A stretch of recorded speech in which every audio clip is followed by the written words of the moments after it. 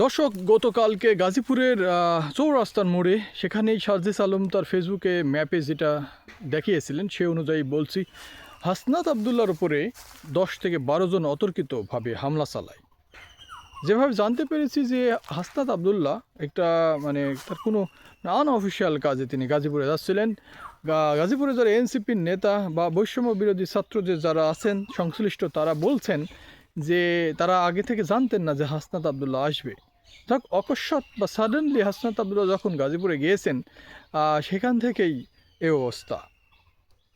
তার ড্রাইভার বিল্লাল মিয়া, যতটুকু নাম জেনেছি, যে তিনি জানিয়েছেন যে তার হাসনাত স্যারকে ফলো করছিলেন কয়েকজন।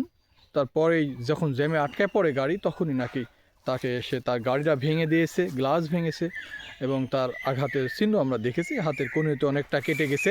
তো হাসনাত আবদুল্লাহর ওপরে যারা হামলা করেছে, আমরা তীব্র নিন্দা জানাই, আমরা কখনো এগুলো কামনা করি না। তবে আসলে সুষ্ঠু তদন্ত করে এরা বের করতে হবে।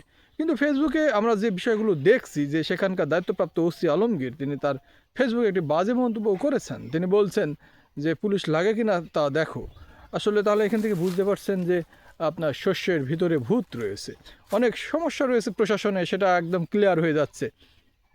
আমি মনে করি যে আরও শুদ্ধ রূপে শুদ্ধি অভিযান চালাতে হবে এই প্রশাসনকে।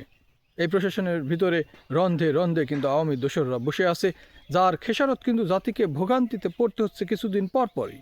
তাই হাসনাত আবদুল্লাহর এই আঘাত শুধু তার ব্যক্তিগত নয়। আমি মনে করি হাসনাত আবদুল্লাহর উপরে হামলা, সে এখন বাংলাদেশের একটা গুরুত্বপূর্ণ পার্সন, কিন্তু তারপরেও খেয়াল করে দেখুন যে হাসনাত আবদুল্লাহর উপরে এই হামলা যখন হয়েছে, আমার মনে হয় বাংলাদেশের নিরাপত্তার বিষয়টা সামনে এসে দাঁড়িয়েছে।